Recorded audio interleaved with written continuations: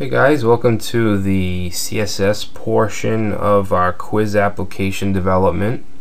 We have our HTML complete, and we also have our style sheet linked in the head tag.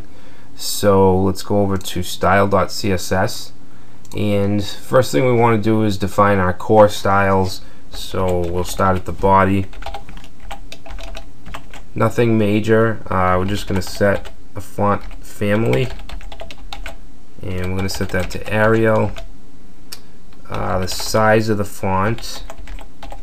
Now there's not a lot of content on each page, so I'm going to set this to 15 pixels, which is a bit bigger than I usually use, which is usually about 13 pixels.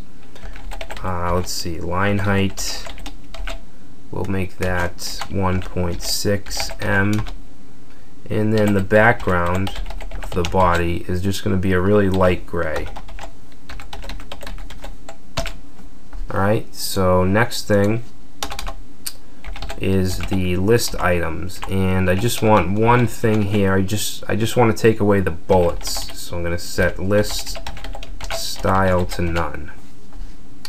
Alright, so next we want our class container, and the container actually holds all the content, so we want to set that to a certain width.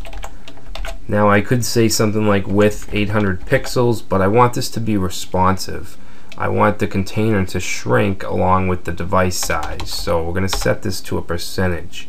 I'm going to set it to 70%. And as for the margin, we want everything to be in the middle, so we're going to say margin top and bottom will be 20 pixels. Right and left is going to be auto, and that's what's going to give us that push to the middle. And then we just want to add an overflow of auto. Okay, so that's it for the container.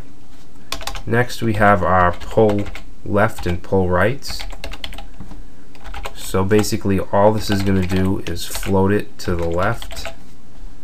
Okay, we can actually just copy this and make this pull right.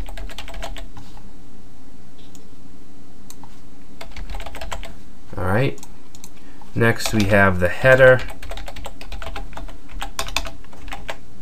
and the header we're going to have a background, and this is going to be a light blue, which is going to be a hexadecimal value, so 1F88F4. The color we want to be white, that's the text color. And we're going to add a padding of 5 pixels on the top and bottom, 10 pixels on the left and right. And we're also going to add an overflow here as well. And the font size. The font size of the header I want a little bit bigger, so we're just going to say 16 pixels. Okay, the footer is going to be very similar, so I'm going to just copy this. Okay, so we're going to have the same background, same padding, everything except the font size. We're going to leave that at the default, which is 15. Okay. Now let's save this and see what happens. Alright, so you can still see all of our questions are showing, and that's absolutely fine. We need to hide those using jQuery, which we'll do, but the header, the questions, everything looks good. We don't have the bullets next to the list items anymore, so it looks pretty good. If we slim it down, you can see it goes with the window. Now one thing I do want to do is, let's say this is a mobile device, we'll say right here. Now I don't want this much space on the side if we're looking at it at this screen size. Alright, we want it to spread out a little more, but we do want that space when we're, say, out here. So what we need to do to achieve that is CSS3 media queries. Okay, so we're going to go to our document,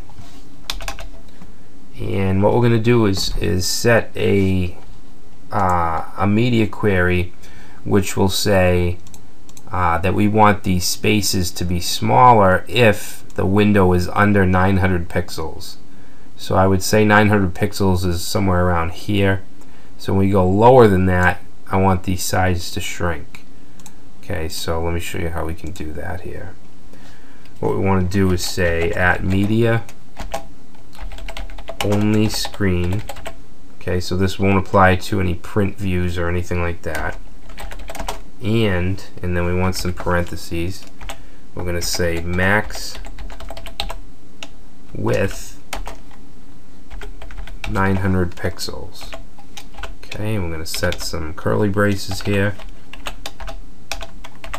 And that's a media query. That's it. Now, whatever we put in here is only going to associate with the screen, with the site or the app, if the window is under 900 pixels.